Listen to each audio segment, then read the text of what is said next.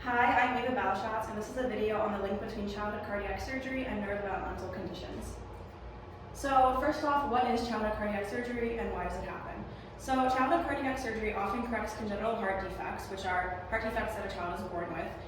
Occasionally, it also corrects conditions that emerge after the child is born that emerge during development, but this is much more rare.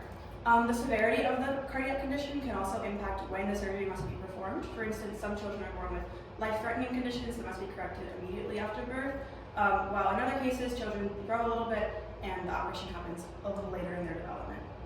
So, some research shows that childhood cardiac surgery increases likelihood of developmental concerns later in life. And this was a really interesting finding for me. I'll get into that a little bit later. But I really wanted to dig into why this happens and do some of my own research there. So there are some innate patient factors that impact this link. So first of all, children born with congenital heart disease show smaller total brain volume, according to one study. Additionally, white matter injury is evident in 1 in 5 infants before cardiac surgery. So again, these are innate patient factors, so these are just true to this population of people. They're not necessarily representative of the cardiac surgery, but rather of the need for it. So, secondly, there are also operative complications that can occur. So perioperative hemodynamic instability, which is essentially an issue with blood flow after the operation, it can lead to inadequate blood flow to the brain, which can cause those developmental concerns.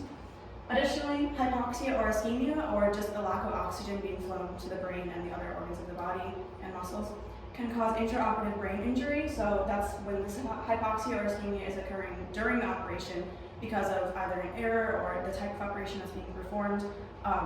It can cause lack of blood flow to the brain, which again can cause those developmental concerns. So why is this important? For me in particular, this issue rings true for a lot of aspects of my life. My brother was born with a congenital heart disease called transposition of the greater arteries, and he needed life-saving cardiac surgery immediately after birth. Later on in his life, he was diagnosed with autism spectrum disorder, and for a long time, these two events were completely separate in my life. They were two things that really impacted my brother's life and my life as well. But I didn't know until recently that these issues were directly linked, and it just really got me thinking about how many things in life can be linked through science and through biology that people haven't even maybe done research into yet, or only research is just beginning. And for me, this is why biology is so important. It's why science is so important.